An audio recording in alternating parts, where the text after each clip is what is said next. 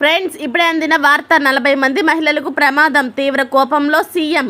ఈ విషయాలన్నీ తెలుసుకునే ముందు వీడియోని పూర్తిగా చూడండి, అప్పుడే మీకు పూర్తిగా అర్థమవుతుంది. అదేవిధంగా చాలామంది సబ్స్క్రైబ్ చేసుకోకుండా వీడియోని చూస్తున్నారు. దయచేసి సబ్స్క్రైబ్ చేసుకోండి. సబ్స్క్రైబ్ చేసుకోవడం వల్ల నేను చేసే ప్రతి వీడియో అప్డేట్ మీకు ముందుగానే నోటిఫికేషన్ రూపంలో వస్తుంది. అదేవిధంగా లైక్ చేయడం మర్చిపోతున్నారు. దయచేసి లైక్ చేయండి. లైక్ చేయడం వల్ల ఇటువంటి ఇంపార్టెంట్ ఇన్ఫర్మేషన్ చాలామందికి రీచ్ చేసిన వాళ్ళు అవుతాం.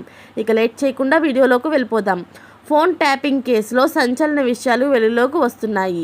నల్గొండ జిల్లా కేంద్రంలోని ఓ వార్ రూమ్లో ఏర్పాటు చేసి ప్రముఖుల ఫోన్లను ట్యాప్ చేసిన ప్రణీత్ రావు టీంలోని 2 కానిస్టేబుల్ను హైదరాబాద్ పోలీసులు కొద్ది రోజుల క్రిందట అదుపులోకి తీసుకున్నారు. వారిని విచారిస్తే కండ్లు బయర్లు గమ్మే నిజాలు బయటకు వచ్చాయి. ఫోన్ల ట్యాపింగ్ ద్వారా కొందరి బలహీనతలను తెలుసుకున్న ఓ కానిస్టేబుల్ దాదాపు 40 మందికి పైగా మహిళలను లైంగికంగా వేధించినట్లు తెలుస్తుంది.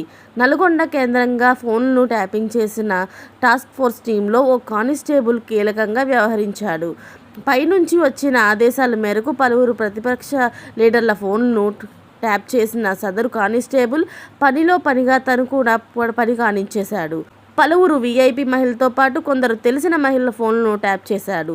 సదరు మహిళలు ఫోన్లో మాట్లాడినప్పుడు వారి రహస్యాలను, బలహీనతలు తెలుసుకున్న అతడు వారిని బెదిరించి లైంగిక వేధింపులకు పాల్పడినట్టు సమాచారం.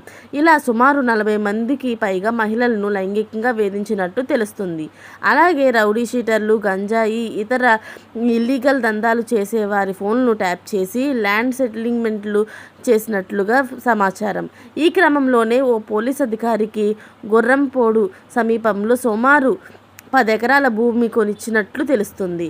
మార్కెట్పల్లి వద్ద ఓ గంజాయి కేసులో ప్రముఖులైన 2 లీడర్లను, కొంతమంది వ్యక్తులను బెదిరించి భారీగా సొమ్ము చేసుకున్నట్లు సమాచారం.